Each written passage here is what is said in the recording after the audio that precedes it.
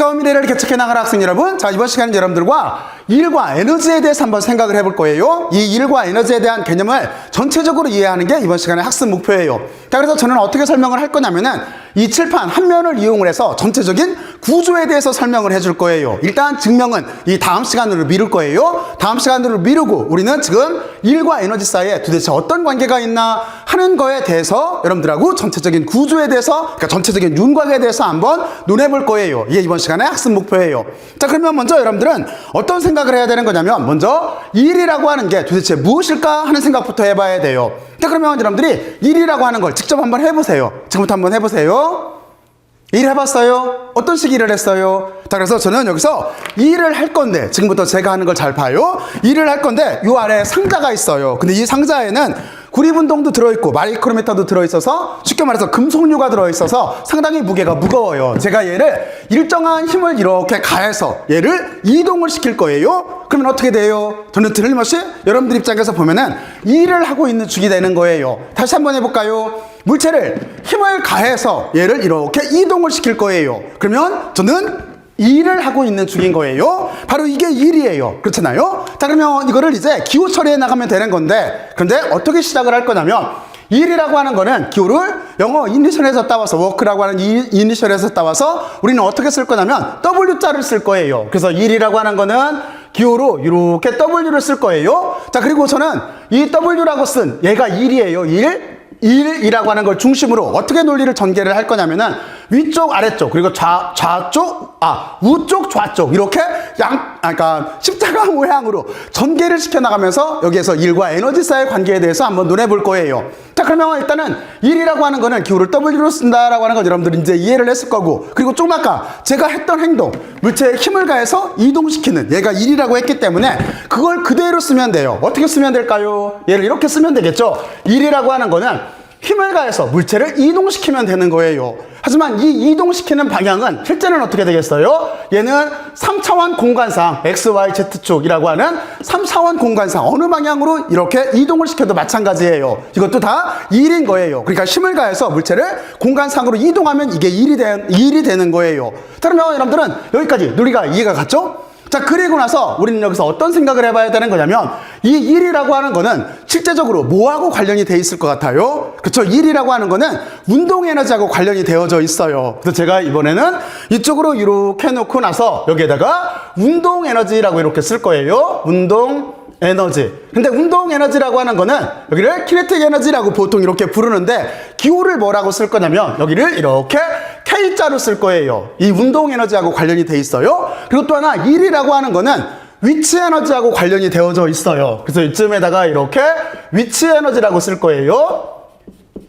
그런데 위치 에너지 할 때는 우리가 뭐예요? 여기는 보통 포텐셜 에너지라고 보통 얘기를 하는 거잖아요. 그렇잖아요? 이렇게 부르는데 기호를 P로 쓸 것 같은데 P로 쓰지를 않아요. 조금 이따 여러분들이 보면 알겠지만 P자라고 하는 대문자 P자, 이거는 어디에 쓸 거냐면 일률이라고 하는 파워를 정의할 때 P를 쓸 거예요. 그래서 일반적으로 물리학에서는 위치 에너지를 정의를 할 때 U자를 써요. 그래서 저도 기호를 U자로 이렇게 쓸 거예요. 얘가 위치 에너지에 대한 기호예요.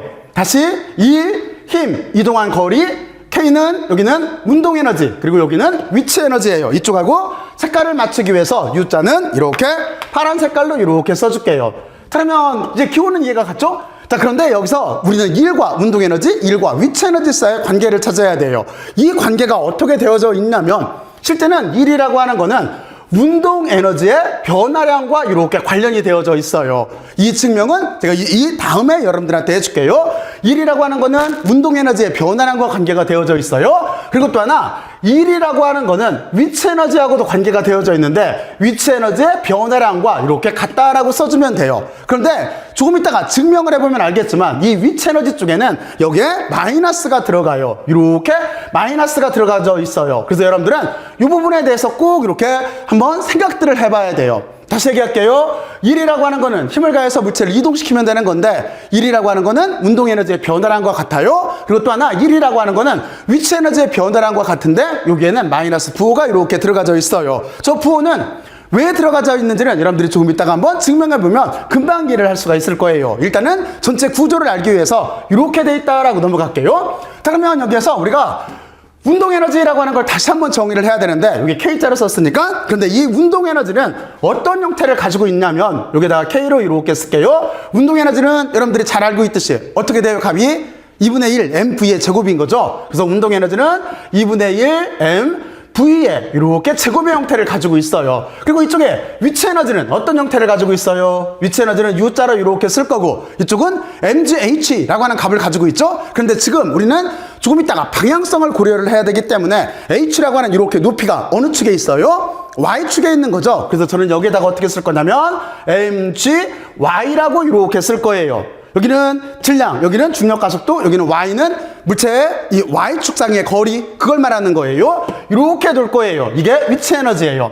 근데 위치 에너지 쪽에서는 한 가지를 고려를 해야 돼요. 왜 그러냐면 중력에 의한 위치 에너지만 있는 게 아니라 용수철에 의한 위치 에너지도 있어요. 이 두 가지를 구별해서 알고 있어야 돼요. 그래서 이쪽으로 이렇게 넘어와서 지금 제가 쓴 mgy라고 하는 여기는 뭐냐면 중력에 의한 위치 에너지예요. 그걸 줄여서 여기다가 중력 위치 에너지라고 쓸게요. 위치 에너지라고 이렇게 쓸게요. 그리고 좀 전에 뭐라고 그랬어요? 용수철에 의한 위치 에너지도 있다고 그랬죠? 그래서 우리가 고려해야 돼. 이제 이걸 바탕으로 해서 우리는 물체 운동을 기술해야 되는 거잖아요. 그런데 우리는 여기서 중력 그리고 또 하나 용수철에 의한 위치 에너지를 고려를 해야 돼요. 그래서 여기다가 이렇게 용수철이라고 쓰고 용수철 위치 에너지라고 이렇게 쓸게요. 위치 에너지. 그러면 혹시 여기 용수철에 의한 위치 에너지 값 얼마가 나오는지 혹시 아는 학생 있어요? 값이 뭔지? 여러분들이 아마 잘 알고 있을 거예요. 여기는 어떻게 되는 거냐면 2분의 1 kx의 제곱인 거죠. 그래서 여기는 2분의 1 kx의 제곱의 형태를 이렇게 가지고 있어요. 그래서 위치 에너지는 두 가지로 이렇게 나눠서 생각을 할 수가 있어요. 그러면 여러분들은 이렇게 해놓고 나서 한 가지를 생각을 해봐야 돼요. 어떤 생각을 해봐야 되는 거냐면 아니 운동 에너지라고 하는 요청이나 또는 중력 또는 용수철에 의한 위치 에너지가 도대체 어디서부터 나왔을까요? 얘를 증명하라 또는 유도하라라고 한다면 어디에서 나왔을 것 같아요? 그렇죠? 그게 어디에서 나왔냐면 1이라고 하는 거에 정의부터 나온 거예요. 그래서 우리는 이제 요만큼 정도 해놓고 여기서 1에 대한 정의를 원래 일반화시켜서 한번 표기법으로 표현해 봐야 돼요. 그럼 일반화는 어떻게 시키면 되는 거냐면 여기는 일정한 힘을 태고 여기에 이동한 거리가 있어요. 이 거리에 대해서 한번 생각을 해봐야 돼요. 그럼 제가 여기에다가 간단하게 이렇게 그림을 하나 그려볼게요. 그리고 여기는 안 보일 줄 몰라서 다시 써줄게요. X예요. X, Y, Z 공간상 3차원 공간상. 자, 그러면 일단은 만약에 예를 들어서 여러분들이 예를 들어서 검은 색깔로 할까요? 여기서부터 여기까지 이렇게 길이가 있는데 이 전체의 길이가 만약에 R이라고 이렇게 돼 있다라고 봐요. 얘는 전체의 길이에요. 그러면 저 전체의 길이를 우리가 일반화 시킬 때 다시 말해서 뉴턴 주의로 표현을 할 때 뉴턴 방법으로 표현할 때 어떻게 해주면 돼요? 그쵸? 여기를 어떻게 하면 되는 거냐면 이 길이를 잘게 잘라서 그리고 다 더해주면 돼요. 그러면 길이를 잘게 잘랐다라고 하는 거를 어떻게 저는 그림으로 그릴 거냐면 이렇게 그릴게요. 이게 아주 작은 길이라고 봐요. 그러면 작은 길이는 어떻게 표현할 수가 있냐면 이렇게 하면 돼요. 전체 길이가 R로 썼으니까 여기는 우리는 R을 잘게 잘랐다라고 쓰면 되는 거죠. 그러니까 길이를 잘게 잘라서 어떻게 하면 된다고요? 몽땅 다 더해주면 되죠. 그러면 모두 다 더해졌다라고 하는 거는 어떻게 표현해요? 그쵸? 여기를 우리가 다 더했다라고 이렇게 써주면 돼요. 얘는 틀림없이 전체 길이가 될 거예요. 그러니까 여러분들은 여기서 기호에 대한 이름을 알아야 되는데 다시 한번 얘기하면 얘는 전체 길이에요. 여기다가 전체 길이라고 이렇게 써줄게요. 그리고 여기는 뭐라고 그랬어요? 길이를 잘게 자른 거. 이걸 뭐라고 하냐면 우리가 여기를 미소 길이라고 해요. 미소 길이를 다 더하면 인테그랄을 취하게 되면은 전체가 나올 거예요. 그러면 조 현상을 이용해서 여기를 다시 쓸 수가 있죠. 어떻게 쓸 수가 있냐면 여기를 이렇게 쓸 수가 있어요. 길이를 잘게 잘라서 그렇죠? 길이를 잘게 잘라서 거기에 일정한 힘을 이렇게 곱해서 모두 다 더해져도 양쪽은 식이 같게 될 거예요. 물론 여기는 초기치부터 나중치까지예요. 초기치부터 나중치까지 만약에 방향이 왼쪽에서 오른쪽이라고 한다면 이렇게 될 거예요.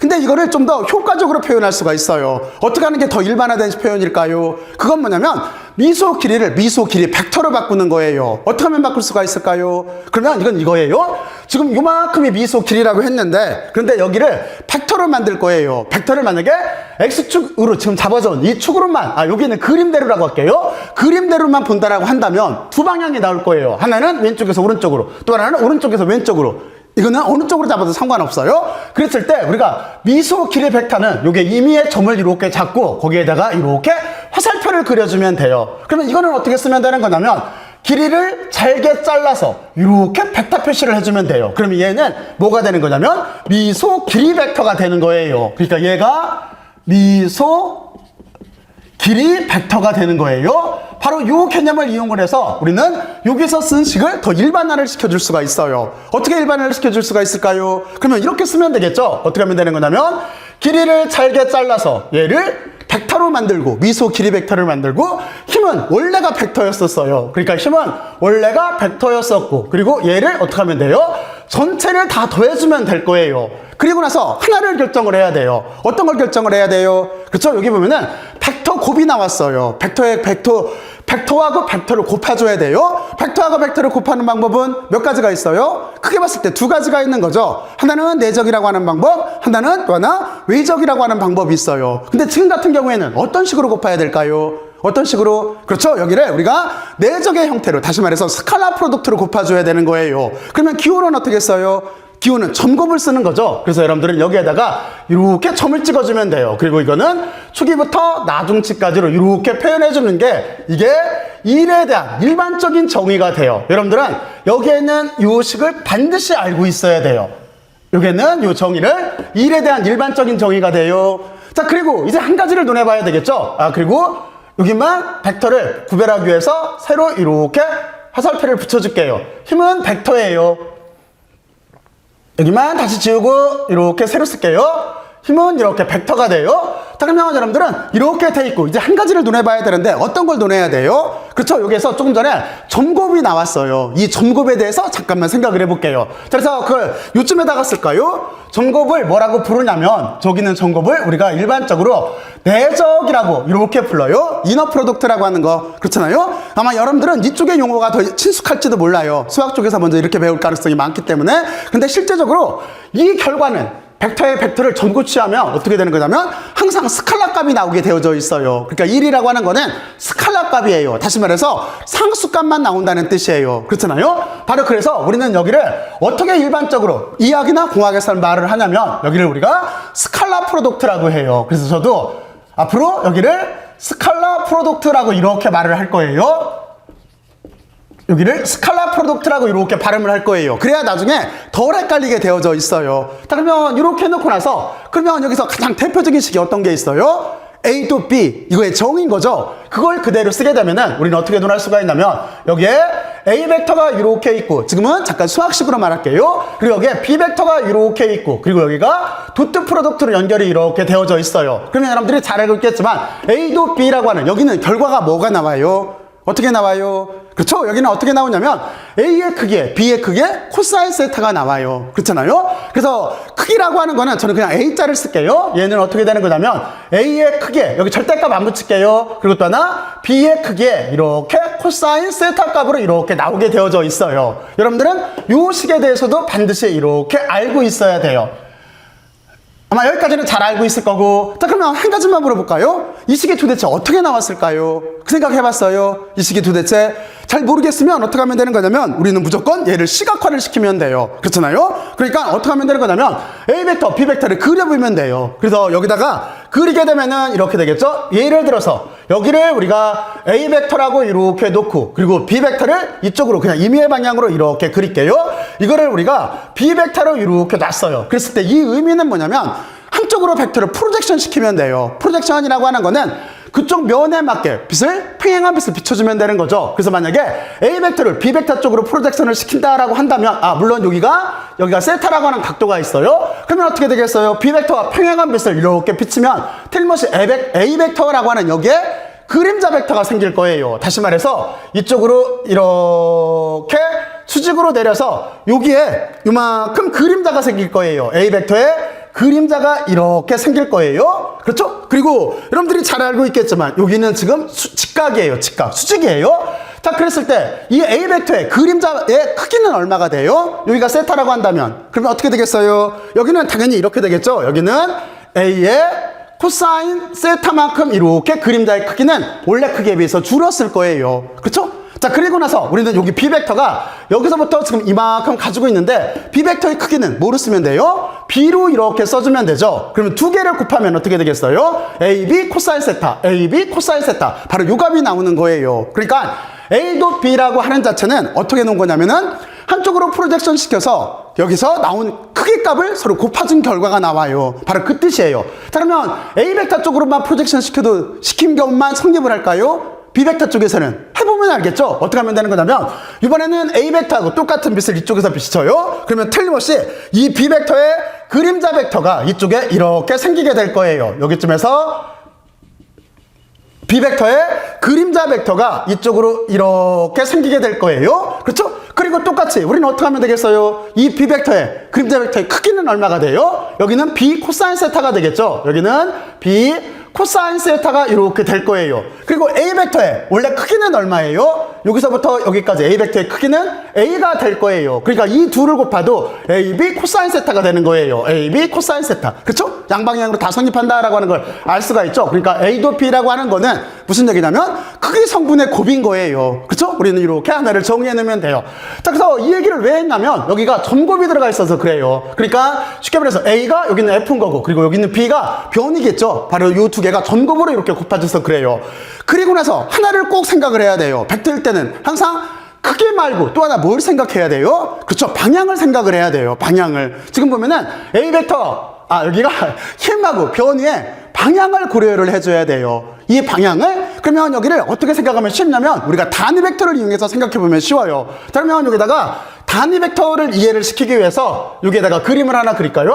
요쯤에다가 그릴까요? 예를 들어서 우리는 이렇게 그릴 수가 있어요. 여기에서 여기를 이렇게 축을 임의로 이렇게 세 개를 잡을게요. 자꾸 단위 벡터라고 하는 거는 이쪽을 X축, 이쪽을 Y축, 만약에 이쪽을 Z축이라고 한다면 단위 벡터라는 것은 크기가 1이고 그리고 방향 성분을 갖는 거예요. 방향 성분은 어떻게 하면 돼요? 축을 따라가면 되는 거죠. 그래서 예를 들어서 X축 방향의 단위 벡터가 만약에 이만큼 있다라고 한다면 여기가 크기가 1이에요. 여기서부터 여기까지 크기는 1이에요. 1자예요. 1. 그리고 나서 여기를 우리가 뭐라고 쓸 거냐면 일반적으로 I자를 쓰고 모자를 이렇게 쓰면 돼요. 그래서 여러분들이 읽을 때는 아마 I hat 이렇게 읽었을 거예요. 그리고 Y축 방향으로 단위 벡터는 어떻게 되는 거냐면 일반적으로 J를 써요. J를 이렇게 쓰고 모자를 씌워주면 돼요. 그리고 Z쪽으로의 단위 벡터는 어떻게 하면 되는 거냐면 이쪽 방향을 이렇게 가리킬 테고 그리고 여기는 K를 써요. 단위 벡터를 쓰는 방법은 여러 가지가 있어요. 근데 지금 저는 IJK로 쓸게요. 그리고 여기는 이렇게 쓰면 헷갈릴 쯤이라도 지울게요. 여기서 여기까지, 여기서부터 여기까지 단위 벡터니까 크기가 여기다 크기라고 쓸까요? 크기는 1이라는 뜻이에요. 그리고 지금 여기는 방향을 포함하고 있는 거예요. 지금 화살표가 방향을 이렇게 표현하고 있는 거예요. 그러니까 크기가 1이고 방향 성분을 갖는 벡터가 단위 벡터가 되는 거예요. 유니트 벡터가 단위 벡터가 이렇게 되는 거예요. 그러면 단위 벡터를 이렇게 정의를 해놨고 그리고 나서 우리는 힘을 가해서 움직이는 방향에 도트 프로덕트가 있기 때문에 여기서 한 가지를 고려를 해봐야 돼요. 이게 같은 방향으로 움직이는지 즉각 방향으로 움직이는지에 따라서 요기값을 처리를 할 수가 있어야 돼요. 그걸 대비해서 단위 벡터 곱으로 한번 표현을 해볼게요. 예를 들어서 만약에 힘을 가한 방향이나 변이 방향이 같아요. 그럼 어떻게 하면 되겠어요? 단위 벡터 입장에서는 I하고 I가 도트 프로덕트를 만날 때죠. 그러니까 여기다가 그대로 써보면 돼요. 예를 들어서 I 방향하고 이렇게 I 방향 두 개가 도트 프로덕트로 만났어요. 그러면 이 값은 얼마가 나올까요? 여러분들 생각에 어떻게 하면 되겠어요? 그렇죠? 여기에는 요식을 쓰면 돼요. 여기에는 요식을 쓰게 되면은 I라고 하는 건 단위 벡터니까 크기가 1이에요. 그러니까 얘는 크기가 1이에요. 얘는 얼마예요? 얘도 크기가 1이에요. 크기가 1이고 그리고 그 뒤에 뭐가 있어요? 코사인이 있는 거죠. 코사인이 이렇게 있고 그리고 각도는 몇 도예요? 지금 보면은 I하고 I가 어떻게 만나고 있어요? 같은 방향으로 만나죠. 같은 방향으로 만나니까 여기는 0도가 되는 거예요.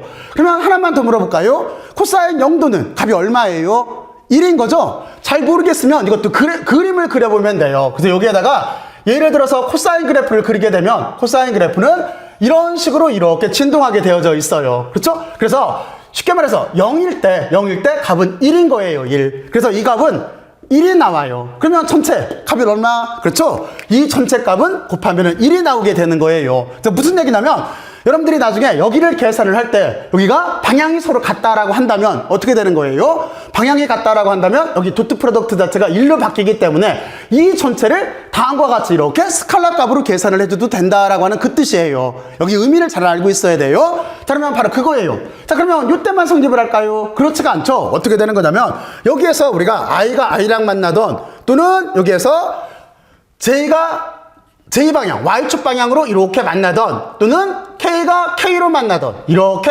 만나게 돼도 같은 방향이면은 다 어떻게 되는 거예요? 같은 방향이면 다 1이 되는 거예요.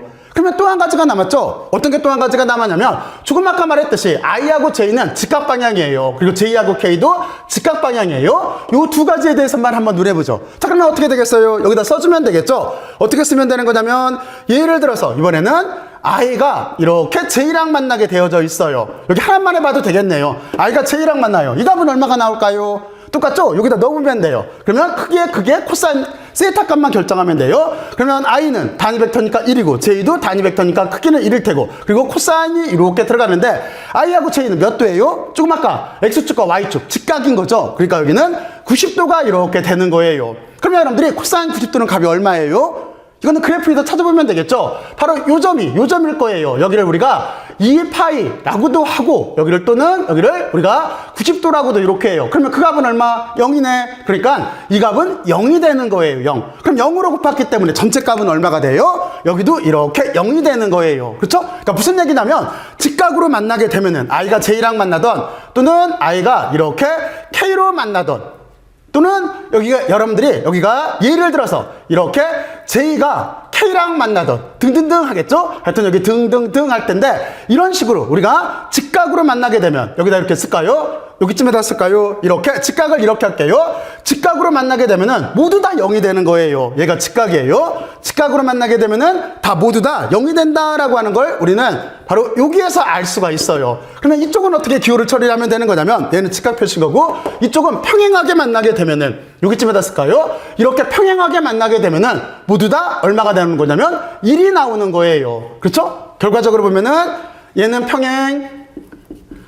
평행하게 만나면 다 1이 나와요. 그리고 직각으로 만나게 되면은 여기를 이렇게 박스로 해주고 직각을 아래쪽으로 써줄게요.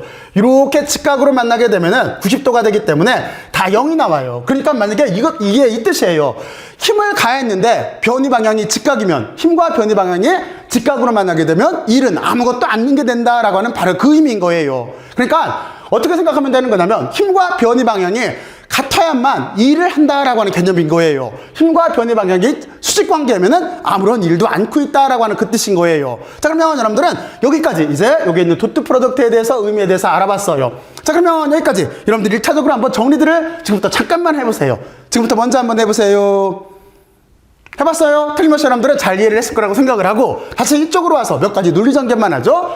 그런데 여러분들이 이제 그 생각을 해야 돼요. 이렇게 됐는데 조금 아까 말했던 2분의 1 mv의 제곱이나 여기에는 요 값들 위치 에너지나 종력에 의한 위치 에너지나 용수철의 위치 에너지가 이렇게 나왔다라고 되어져 있는데 이것들은 어떻게 찾아낸 걸까요?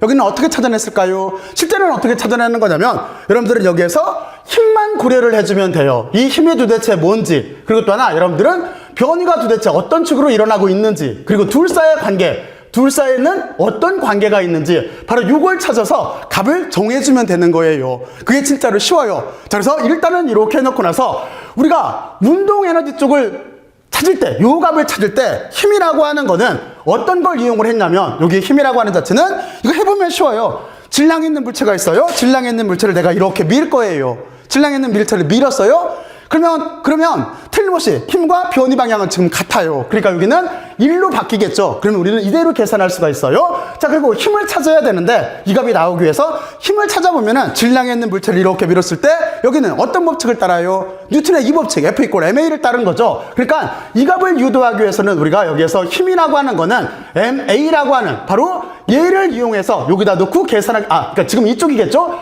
여기가 어차피 1로 바뀔 테니까 여기에다 놓고 계산을 하게 되면은 여기가 이 값이 나와요. 그리고 이 값이 나오기 전에 한 가지를 더 생각을 해야 돼요. 그러면 이 값이 나왔다라고 한다면 틀림없이 운동 에너지 변화량도 얘를 이용해서 쓸 수가 있을 거잖아요. 여기를 쓰게 되면 어떻게 되는 거냐면 여기는 다음과 같이 표현이 돼요. 운동 에너지는 2분의 1 mv의 제곱일 테고 그리고 여기는 변화량인 거예요. 그러면 변화량이라고 하는 거는 어떻게 하면 돼요? 나중체도 초기체를 빼주면 되죠. 그러면 여기서 생각을 해봐요. 2분의 1이라고 하는 건 상수예요. 그리고 여기는 질량이라고 하는 것도 이 질량이 움직이는 동안 바뀌지가 않기 때문에 얘도 상수예요. 그러면 나중체에서 초기체를 빼줄 거는 뭐밖에 없어요? 속도밖에 없어요. 그러니까 나중 속도에서 초기 속도를 빼주는 형태로 써주면 돼요. 그래서 여기를 전개하면은 어떤 형태냐면 2분의 1 mv의 나중 속도의 제곱이 돼요. 그리고 여기는 빼기 2분의 1 mv의 초기 속도의 제곱꼴로 이렇게 써주면 되는 거예요. 이 증명은 정말로 쉬워요. 요 값을 여기다 넣고 계산을 하면 금방 나와요. 그리고 여기 dr은 x축으로만 움직이기 때문에 dx로 이렇게 하면은 금방 계산할 수가 있어요. 여러분들 여기는 꼭 한번 해봐요. 그리고 제가 다시 여기를 증명을 해줄게요. 그 증명은 일단은 보류를 하고 이렇게 나와요. 결과적으로. 자, 그리고 이쪽에서 보면은 중력에 의한 위치 에너지가 다음과 같이 이렇게 표현이 되어져 있어요. 그러면 하나만 물어볼까요? 중력에 의한 위치 에너지라고 하는 여기다가 힘을 뭐를 넣었던 걸까요? 힘을 어떤 걸 넣었을까요? 그쵸? 여러분들은 잘 알고 있는 거 있어요. 어떤 거? 그쵸? mg라고 하는 거. 그쵸? 그래서 여기는 어떤 힘을 대입을 한 거냐면, 여러분들이 여기를 알고 있어야 돼요. 이쪽은 어떤 힘을 대입을 한 거냐면, 이렇게 힘이라고 하는 걸 그냥 FG로 쓸게요. 얘는 우리가 mg라고 하는 요 값을 이렇게 알고 있어요. 질량에다가 중력가속도를 곱한 거예요. 근데 물체는 어떻게 돼 있어요? 위쪽에서 아래쪽으로 떨어지죠? 위쪽에서 아래쪽으로 떨어지기 때문에 요게 이렇게 마이너스를 붙여줘야 돼요. 이 힘을 여기다 놓고 이쪽을 dy로 바꾸고 적분해주면은 곧바로 이 값이 나와요. 그러면서 우리는 여기는 변화량이라고 하는 걸 표시를 해줘야 돼요. 그러면 여기는 쓰게 되면 이렇게 되겠죠. 중력에 의한 위치 에너지를 쓰게 되면은 이쪽도 얘는 상수니까 안 바뀔 테고 여기는 여기는 중력 가속도죠. 여기 중력 가속도도 지구에 있는 이상 안 바뀔 테고 바뀌는 건 여기에는 y라고 하는 높이가 바뀔 거예요. 그쵸? 그래서 여기를 나중체에서 초기치를 빼줘야 돼요. 변화량이니까 나중체에서 초기치를 빼줘야 되는데 그 앞에 마이너스가 있어요. 그러면 두 개를 바꿔 써주면 되겠죠. 그러니까 여기는 어떤 형태인 거냐면 여기는 mgy의 초기 높이 쪽에서 mgy의 나중 높이 쪽으로 이렇게 빼주면 되는 거예요. 그쵸? 바로 여기 변화량을 고려해서 쓰게 되면은 그러면 여기는 어떻게 되겠어요? 여기도 똑같아요. 여러분들이 용설 상수라고 하는 건 안 바뀔 때니까 여기에는 용설이 늘어난 길이가 바뀔 거예요. 근데 이 늘어난 길이도 지금 여기 마이너스 부호가 있기 때문에 초기치에서 나중치를 빼주면 될 거예요. 그러니까 여기를 세로 쓰게 되면은 여기는 이렇게 되겠죠? 2분의 1 kx. 근데 여기가 초기 위치의 제곱에서 빼기 2분의 1 kx의 나중 위치의 제곱쪽으로 이렇게 빼주면은 우리가 변화량을 고려해서 쓴 게 될 거예요. 여기는 구별하기 위해서 이렇게 위치 에너지 쪽, 그리고 여기도 구별하기 위해서 운동 에너지 쪽을 이렇게 박스로 묶어줄게요. 그러면 여기까지 갔죠? 그러면 여러분들은 여기까지 이렇게 논리를 이해를 했을 거예요. 힘만 찾으면 돼요. 그러면 여러분들은 한 가지 힘이 궁금할 거예요. 지금 제가 조금 아까 위치 에너지를 쓸 때 용설은 mg라고 하는 마이너스 mg를 여기다 넣으면 된다고 그랬어요. 근데 이쪽은 도대체 뭐 가지고 나왔을까요? 이쪽은 여러분들이 어떤 걸 가지고 나왔냐면 얘는 우리가 후크의 법칙이라고 하는 게 있어요. 후크의 법칙? 후크의 법칙이라고 하는 거는 어떤 형태냐면 F라고 하는 게, 그리고 여기 스프링이니까 용설이니까 S를 붙여줄게요.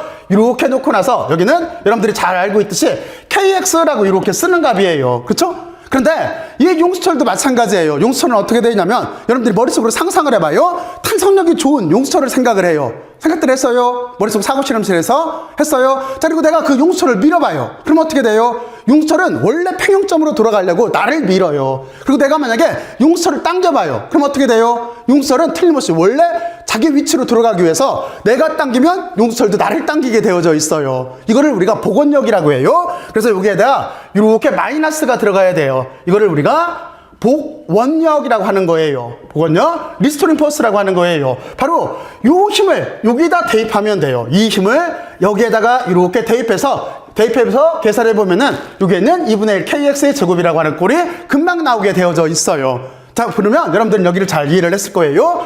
자, 그러면 이렇게 해놓고 나서 이제 우리는 어떤 거를 논해야 되냐면 여기가 지워져서 여기만 다시 이렇게 쓸게요.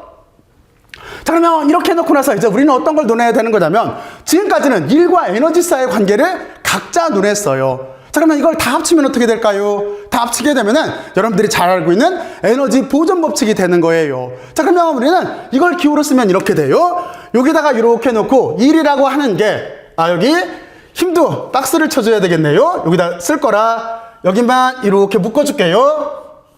이렇게 묶어주고 여기도 이렇게 묶어줄게요. 왜냐면 여기다 는을 다시 쓰려고. 자, 그러면 우리는 1이라고 하는 거를 다시 쓰게 되면은 어떻게 되는 거냐면 1은 곧 에너지가 돼요. 왜 그러냐면 내가 이 물체를 들어서 움직이게 되면은 틀림없이 틀림없이 어떻게 되는 거예요? 나는 이 일을 하지만, 물론 지금은 외력이지만 내가 외력이에요. 이 일을 하지만 내 에너지를 소모하는 게 되는 거예요. 그렇죠? 그러니까 이 일이 곧 에너지예요. 그래서 여기를 우리가 에너지라고 해서 기호를 이자로 이렇게 쓸 거예요. 여기를 전자기학 공부하는 학생들, 여기를 전기장 이렇게 읽으면 안 돼요. 얘는 에너지라는 기호예요. 지금 입장에서는 여기다 에너지라고 이렇게 써주고, 그리고 나서 어떻게 쓰면 될까요? 이거를 이쪽으로 넘겨주면 되겠죠. 그러면 어떻게 되겠어요? 여기 마이너스가 붙어 있으니까 에너지라고 하는 거는 이걸 먼저 쓰게 되면은 운동 에너지 변화량에다가 이게 넘어가면 플러스로 바뀌겠죠. 그러니까 플러스로 이렇게 바뀌고, 위치 에너지량의 위치 에너지에 합으로 이렇게 되어져 있어요. 이게 여러분들이 잘 알고 있는 에너지 보존 법칙이에요. 그러면 여기도 이렇게 박스를 묶어줄까요?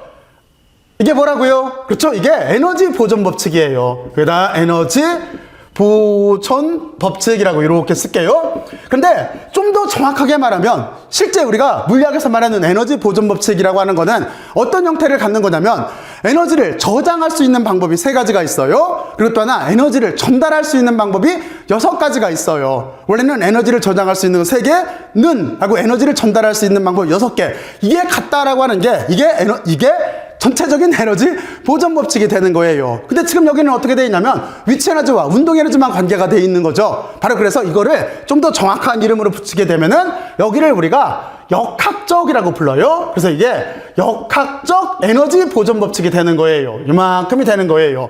여기가 에너지 보존 법칙 중에서 우리는 일단 역학적 에너지 보존 법칙만 고려하겠다라고 하는 그 뜻이에요. 그러니까 여러분들이 잘 알고 있겠지만 에너지라고 하는 거는 생성되지도 않고 소멸되지도 않아요. 그렇죠? 단지 위치 에너지가 운동 에너지를 바뀔 수도 있고, 운동 에너지가 위치 에너지로도 바뀔 수가 있어요. 이걸 어떻게 하냐고? 해보면 돼요. 해보면. 자, 그러면 어떤 걸 가지고 할 거냐면, 이게 지금 하나의 물체가 있어요. 이 물체가 여기에 있던 또는 여기에 있던 질량이 바뀌었을까요? 아무것도 안 바뀌었어요. 근데 하나 바뀐 게 있어요. 어떤 게 바뀌었을까요?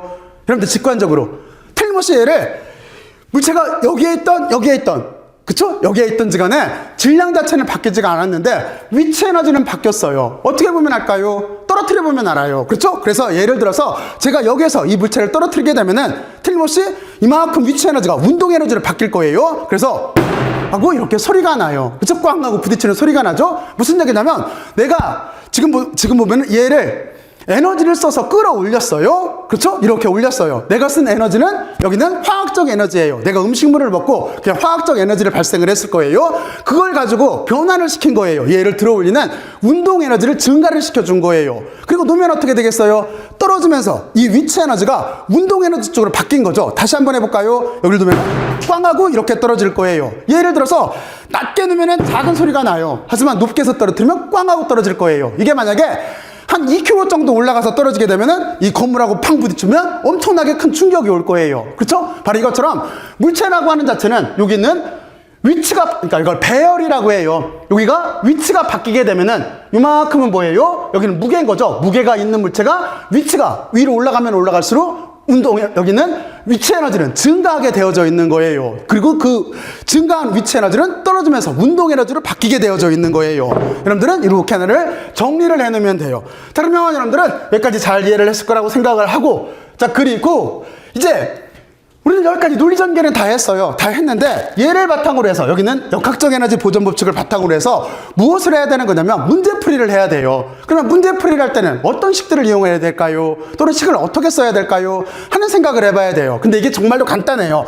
여러분들은 어떻게 생각하면 되는 거냐면 물리학이라고 하는 거는 등호를 중심으로 레프트 핸드와 라이트 핸드가 묘하게 엮어져 있어요. 그죠? 그러니까 어떻게 생각하면 되는 거냐면 무조건 여기에다가 이렇게 등호를 먼저 쓰는 거예요. 여기에다가 등호를 이렇게 쓸게요. 그리고 이쪽은 어떻게 되는 거냐면 여기는 운동하기 전이에요. 전. 그리고 이쪽은 후예요. 운동을 마친 후예요. 이렇게 전후로 나눌게요. 이쪽은 초기 전값, 여기 전이라고 할게요. 전으로 나눌게요. 그리고 이쪽을 만약에 운동한 결과가 나온 후라고 이렇게 본다라고 한다면 그러면 어떻게 쓰면 되겠어요? 이쪽 천은 운동 에너지, 위치 에너지가 있겠죠? 근데 이쪽을 쓸 때 운동 에너지는 요꼴이라고 했으니까 여기는 2분의 1 m v의 제곱인데 여기는 전이기 때문에 초기 속도라고 써주면 될 거예요. 그리고 그 뒤에 위치 에너지를 써야 되는데 위치 에너지는 여기서 mgy로 썼죠? 일단은 중력에 의한 위치 에너지를 먼저 할게요. 그러면 여기는 mg Y인데, 그런데 여기는 어떤 위치겠어요? 초기 위치겠죠? 그러니까 여기는 초기 위치꼴로 이렇게 쓰면 될 거예요.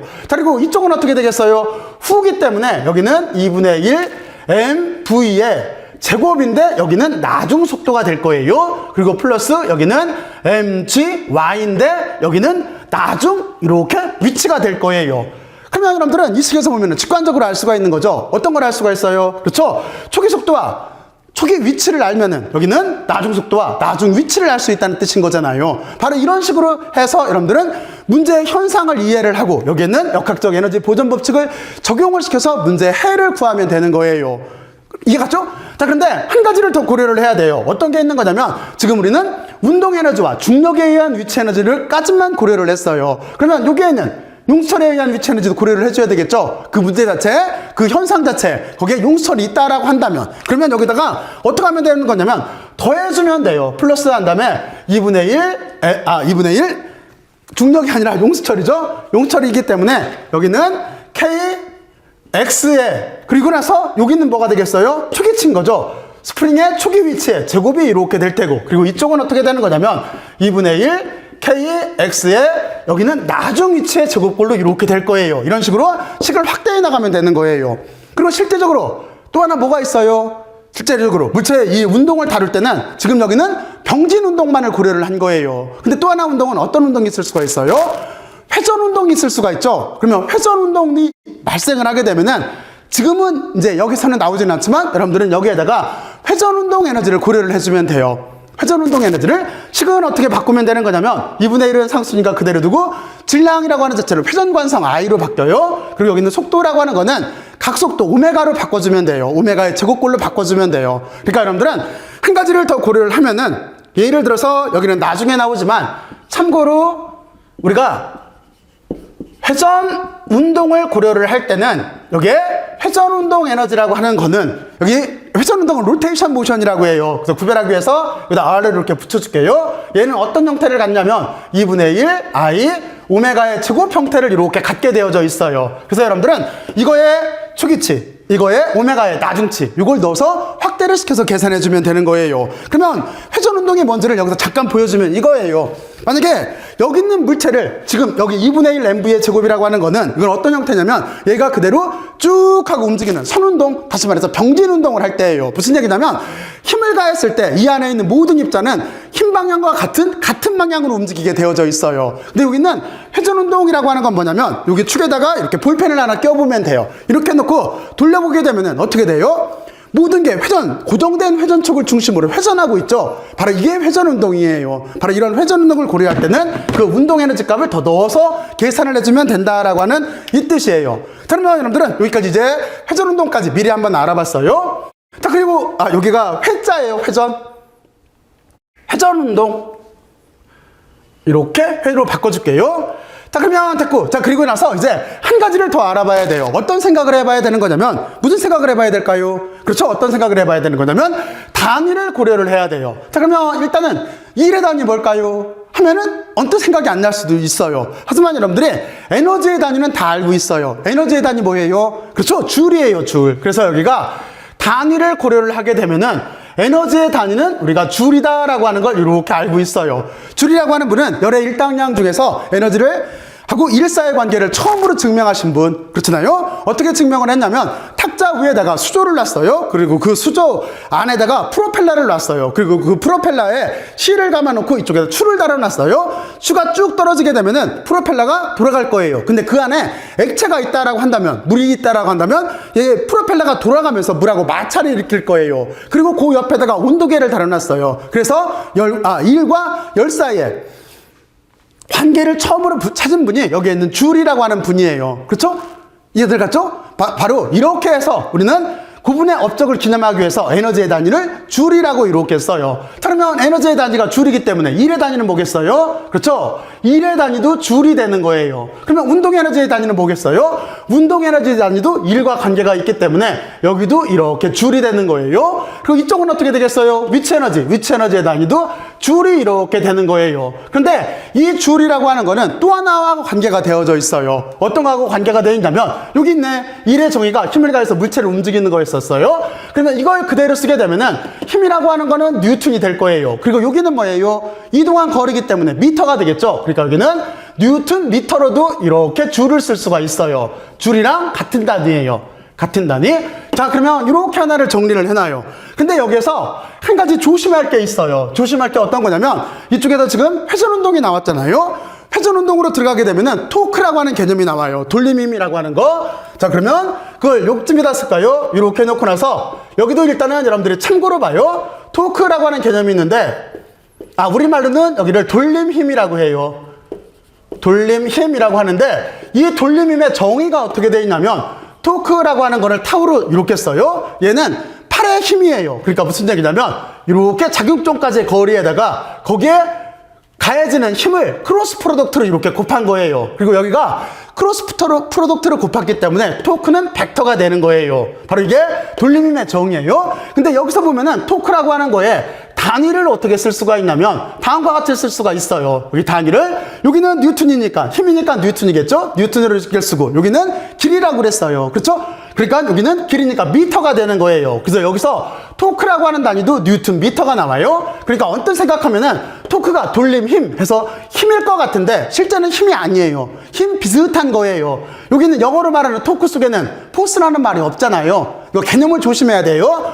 우리말로는 돌림 힘이라고 해서 토크가 힘일 것 같은데 힘은 아니에요. 왜냐면 힘이라고 하는 단위는 뉴턴인데 여기는 뉴턴에다가 여기 미터로 곱한 값인 거잖아요. 여기 하나 구별을 해둬요. 바로 그래서 여기서 뉴턴 미터가 나와요. 그러면 이쪽에서 뉴턴 미터하고 줄이 같다라고 했어요. 그러면 저기도 줄로 쓸 수 있을까요? 절대로 쓰면 안 돼요. 왜 그러냐면 여기에는 스칼라 곱이 들어가 있기 때문에 1이라고 하는 자체는 상수값이에요. 스칼라 값이에요. 하지만 여기는 벡터 크로스가 들어가 있기 때문에 여기 토크라고 하는 자체는 뭐예요? 얘는 벡터예요. 그래서 스칼라 값인 여기를 줄로 이렇게 같다라고 생각하면 안 돼요. 이 둘은 절대로 여기서는 같지가 않아요. 얘를 줄로 바꿔내면 안 돼요. 여기 하나 여러분들이 이렇게 주의를 해야 돼요. 주의라고 그냥 이렇게 써놓을게요. 여기다가 주의를 하나 해야 돼요. 단위가 뉴턴 미터로 같을지는 몰라도 서로 다른 개념인 거예요. 자, 그러면 여러분들은 여기까지 이렇게 하나를 정리를 했어요. 자, 그리고 나서 한 가지만 더 눈에 보면 돼요. 어떤 거 한 가지를 더 눈에 되는 거냐면 이 1이라고 하는 거는 스칼라 값이기 때문에 시간에 대한 항이 없어요. 무슨 얘기냐면 여기는 여러분들이 이렇게 생각을 하면 쉬워요. 어떻게? 자, 지금부터 사고 실험 할 준비를 해요. 사고 실험 할 준비 했어요. 그러면 여기에 어떤 사고 실험 모델을 들 거냐면 이거예요. 여러분들이 벽돌 100개를 만들어요. 그리고 이 벽돌을 이쪽에서 저쪽으로 옮겨봐요. 옮겼어요? 할 때 어떤 문제가 생기냐면 효율이라고 하는 문제가 생겨요. 여기 있는 이 1은 스칼라량이기 때문에 힘을 가해서 물체만 이동하면 되는 거기 때문에 다시 말해서 얘를 벽돌이라고 할게요. 지우개를. 이 벽돌을 힘을 가해서 물체를 이동하기 때문에 여기를 빨리 갖다 놓나 천천히 갖다 놓나 같은 힘으로 같은 거리를 갖다 놓으면 똑같은 값이 나오게 돼 있어요. 그렇죠? 근데 일상생활에서는 어떻게 돼요? 효율이라고 하는 걸 따지죠. 다시 말해서 여기서부터 여기까지 옮길 때 이거를 천천히 갖다 놓는 것보다는 빨리 갖다 놓는 게 더 효율적인 거예요. 그렇잖아요? 바로 그래서 우리는 여기에서 인류율이라고 하는 개념을 생각을 해야 돼요. 자, 그러면 이쪽으로 이렇게 넘어와서 여기에다가 이제 인류율이라고 이렇게 쓸까요? 인류율이라고 하는 걸 정의를 해야 되는데 인류율은 파워라고 해요. 그래서 여기를 우리가 P자로 이렇게 써요. 자, 그러면 인류율이라고 하는 거는 제가 조금 아까 했던 거예요. 벽돌 날리기예요. 벽돌을 얼마나 빨리 날렸니? 이게 인류율의 정의인 거예요. 다시 말해서 이 일을 하기는 했는데 너 얼마나 시간이 걸렸니? 이렇게 질문하면 돼요. 그러니까 여기는 어떻게 정의를 할 수가 있냐면 인류율이라고 하는 거는 이거예요. 이 일을 하기는 했어요. 근데 시간당 얼마나 빨리 일했니? 이렇게 질문하면은 얘가 인류율의 정의가 되는 거예요. 얘가 인류율의 정의예요. 여기 있는 요식이. 자, 그런데 우리는 여기서 또 하나를 알 수가 있어요. 어떤 걸 알 수가 있냐면 이 일이라고 하는 게 힘을 가해서 물체를 이동하면 된다고 그랬어요. 그렇죠? 그러니까 여기를 다시 어떻게 바꿔줄 수가 있냐면 이렇게 바꿔쓸 수도 있어요. 여기는 시간에 대한 변화를 있을 테고 그리고 이 일은 여기가 힘을 가해서 물체를 이렇게 이동한 게 되는 거예요. 그렇죠? 이렇게 이동한 게 되는 거예요. 그리고 나서 우리가 여기를 생각을 해보면은 힘이라고 하는 거는 지금 일정한 힘이에요. 그러니까 이 변화율 밖으로 나올 수 있어요. 그리고 여기 거리라고 하는 자체는 시간에 따라서 바뀌어요. 그러니까 얘는 밖으로 못 나와요. 여기는 D라고 하는 변화율 밖으로. 그러면 여기를 이렇게 쓸 수도 있겠죠. 힘이라고 하는 건 이렇게 일정한 힘이니까 밖으로 나오고, 그리고 여기 도트 프로덕트가 있고, 이쪽에는 시간에 따라서 이렇게 공간적인 변화율로 쓸 수가 있어요. 자, 그러면 여기는 얘는 뭐의 정일까요? 여기는 바로 이 뜻인 거죠. 100m를 얼마나 빨리 달렸니? 이건 거잖아요. 만약에 100m를 사람이 달리면 한 10여 초 빨리, 그러니까 선수들이 달리면 10여 초 정도 걸릴 거예요. 하지만 100m를 치타가 달리면 3초 정도면 달릴 거예요. 그렇죠? 그러면 누가 더 속도가 빠른 건가요? 그 질문인 거예요. 그렇죠? 그러니까 치타가 더 빠를 거예요. 뭐가? 속도가. 그러니까 100m 얼마나 빨리 달렸니이기 때문에 여기는 속도에 대한 개념이에요. 그러면 우리는 여기를 어떻게 놓을 수가 있냐면 여기를 이렇게 힘으로 이렇게 놓고, 그리고 이쪽은 속도기 때문에 힘에다가 속도를 이렇게 스칼라 프로덕트 취한 거, 여기도 이렇게 우리가 뭐가 되는 거냐면 일률이라고 하는 정의가 되는 거예요. 그리고 이 일률도 스칼라 프로덕트로 곱했기 때문에 얘도 상수값이에요. 스칼라 값이에요. 그거 잊어먹으면 안 되고. 자, 그래서 우리는 일률이라고 하는 정의를 다음과 같이 이렇게 두 가지로 했어요. 자, 그리고 나서 한 가지를 더 생각을 해봐야 돼요. 그러면 일률이라고 하는 거의 단위는 뭘까요? 단위. 그래서 여러분들은 단위만 이렇게 알아보면 돼요. 인류의 단위는 뭐냐면 어떤 걸 것 같아요? 인류의 단위는 우리가 증기기관 만들 때 증기기관을 개선시켜서 산업혁명의 원동력이 됐던 분이 있잖아요. 그분의 이름이 제임스 와트예요. 그렇죠? 그치? 그래서 그분의 업적을 기념하기 위해서 단위가 W자로 이렇게 써놓고 와트라고 읽어요. 그러면 하나를 구별해야 되겠죠? 이렇게 썼을 때 얘는 단위예요, 단위. 하지만 여기 있는 얘는 뭐예요? 여기는 뭐? 그렇죠. 여기는 일이라고 하는 정의예요. 요 일인 거고, 여기는 일에 대한 정의예요. 그리고 또 하나, 단위도 W로 쓰는데, 여러분들은 일과 단위를 구별해서 기호가 같기 때문에 혼동하지 말고 이렇게 써야 돼요. 자, 그러면 이게 여러분들하고 지금 눈에 본 이게 여기에 있는 일이라고 하는 걸 중심으로 해서, 여기다가 어떤 색깔로 박스를 둘까요? 여기 일이라고 하는 거를 중심으로 해서 우리가 쭉 전체 구조에 대해서 이렇게 눈에 봤어요. 그리고 이제 마지막으로 하나 이름을 붙일게요. 이라고 요 운동량의 변화량, 그러니까 운동에너지의 변화량과의 관계를 바로 일은 운동에너지의 변화량이다라고 하는 요 부분을 뭐라고 하냐면 여기가 일 운동에너지 정리라고 해요. 운동에너지 정리라고 이렇게 불러요. 정리라고 하는 거는 공리 정리할 때 COM이라고 하는 그 정리예요. 일은 운동에너지 변화량과 같다라고 하는 이 부분, 여기를 일 운동에너지 정리라고 해요. 여기를 깜빡할 뻔했네요. 이름이. 자, 그러면 여러분들은 여기까지 전체적인 구조에 대해서 알아봤어요. 자, 그러면 꼭 하나 뭐를 해봐야 될까요? 그렇죠? 어떤 걸 해봐야 되는 거냐면 여러분들은 제가 여기서 힘을 세 가지를 알려줬어요. 운동에너지라고 하는 자체는 F=ma를 여기다 넣으면 되는 거고, 그리고 또 하나 위치에너지는 여기 중력과 마이너스가 붙어요. mg를 여기에다 넣어서 계산을 하면 되는 거고, 그리고 후케 법칙을 이용을 해서 용수철에 의한 위치에너지하고 이 관계가 정말로 나오느냐 하는 거를 여러분들은 꼭 한번 스스로 증명들을 해봐야 돼요. 그쵸? 이걸 심학습 문제로 남길게요. 자, 그리고 왜 이 식을 써도 되냐는 거는 조금 아까 얘기를 했어요. 여기에서 방향이 서로 같기 때문에 얘는 우리가 그대로 요값에다 넣고 계산을 해줘도 돼요. 자, 그러면 여러분들 정도면 여기를 아주 손쉽게 잘 계산할 수가 있을 거예요. 혹이라도 손쉽게 잘 계산을 못하면 어떻게 하면 되겠어요? 아주 간단해요. 좀 더 노력을 하면 돼요. 그리고 제가 여기도 여러분들한테 다시 자세하게 설명을 해줄 거예요. 자, 그러면 여기까지 열심히들 들어서 고맙고 수고들 많이 했어요. 여러분들 스스로의 미래를 개척해 나가길 바라요. 자, 그러면 수고들 했어요.